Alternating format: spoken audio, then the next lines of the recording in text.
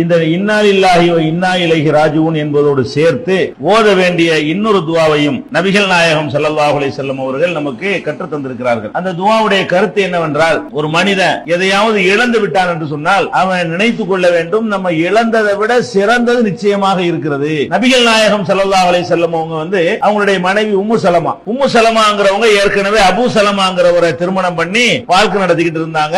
Abu Salma இறந்து விட்டார். எனக்கு ஏற்பட்ட இந்த துன்பத்திற்காக வேண்டி இறைவா எனக்கு கூலி கொடு, பரிசு கொடு, நான் சபர் செஞ்சுக்கிறேன், இதை விட சிறந்தது எனக்கு தா, இதை விட ஒரு சிறந்ததை தா என்று நபிகள் நாயகம் ஸல்லல்லாஹு அலைஹி வஸல்லம் அவர்கள் என்னை கேட்க சொன்னார்கள். அப்ப கூட நான் நினைச்சேன், அபூ சலமாவுக்கு மேல ஒரு சிறந்த ஒரு ஆளு யாரு கிடைக்குவா அப்படின்னு சொல்லி நான் நினைத்தேன். கடைசியில என்னுடைய துஆவின் பயனாக நபிகள் நாயகம் ஸல்லல்லாஹு அலைஹி வஸல்லம் அவர்களையே அல்லாஹ் எனக்கு கணவராக தந்தான், சிறந்ததை கேட்டதுனால. இன்னா லில்லாஹி வ இன்னா இலைஹி ராஜிஊன் சொல்லிவிட்டு இது சொல்லணும். அந்த வாசகம் என்னன்னு கேட்டா, என்னுடைய இந்த துன்பத்திற்கு இறைவா நீ கூலி தருவாயாக, இதை விட சிறந்ததை எனக்கு மாற்றாக தா.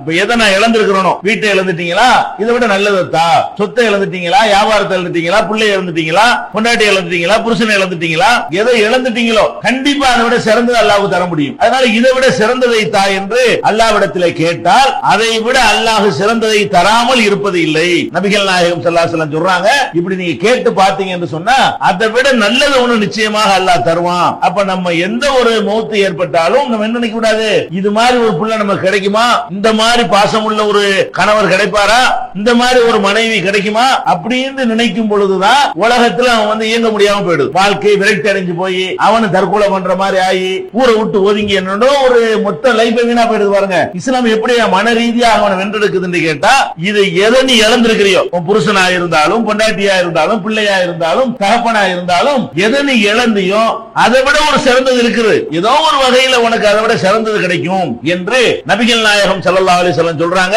இது சஹீஹ் முஸ்லிம்ல 1525 1527. அப்ப இது நம்ம கவனத்துல வச்சுக்கணும். எந்த இழப்பு வந்தாலும் சரி, இது மாதிரி ஒண்ணு இனிமே கிடைக்காது நினைக்க கூடாது. இதை விட மேலானது அல்லாஹ்வுக்கு தர முடியும். அவன்கிட்ட நம்ம புனையிட்டோம்னு சொன்னா நிச்சயமாக தருவான். இது இறந்த ஒரு ஆள் இறந்த பிறகு அந்த செய்தியை இன்னா லில்லாஹி வ இன்னா இலைஹி ராஜிஊன் என்று கூறும் பொழுது சேர்த்து இதையும் கூறிவிட வேண்டும். அரபில சொல்ல முடிஞ்சாலும் சரி, தமிழ்ல கூட நீங்க பிரார்த்தனை தானே, இந்த துஆவை சொல்லிவிட்டு இது அடிக்கடி கூட அல்லாஹ்ட்ட கேட்டு வரலாம். அடிக்கடி இறந்த பிறகு யா அல்லாஹ் என் கணவரை பறி கொடுத்துட்டேன், என் மனைவியை பறி கொடுத்துட்டேன், என் பிள்ளையை பறி கொடுத்துட்டேன், அண்ணனை பறி கொடுத்துட்டேன், இதை விட ஒரு சிறந்த ஒன்றை மாற்று எனக்கு கொடு அல்லாஹ் அப்படின்னு நம்ம கேட்டோம்னு சொன்னா நமக்கு எது சிறந்தது தெரியாது. பிந்தி அல்லாஹ் தருமா அது சிறந்ததாக இருக்கும். அப்ப இதை கவனத்தில் வைத்து இந்த ஒரு அணுகுமுறையும் இறந்த பிறகு நம்ம எடுத்துக்கொள்ள வேண்டும்.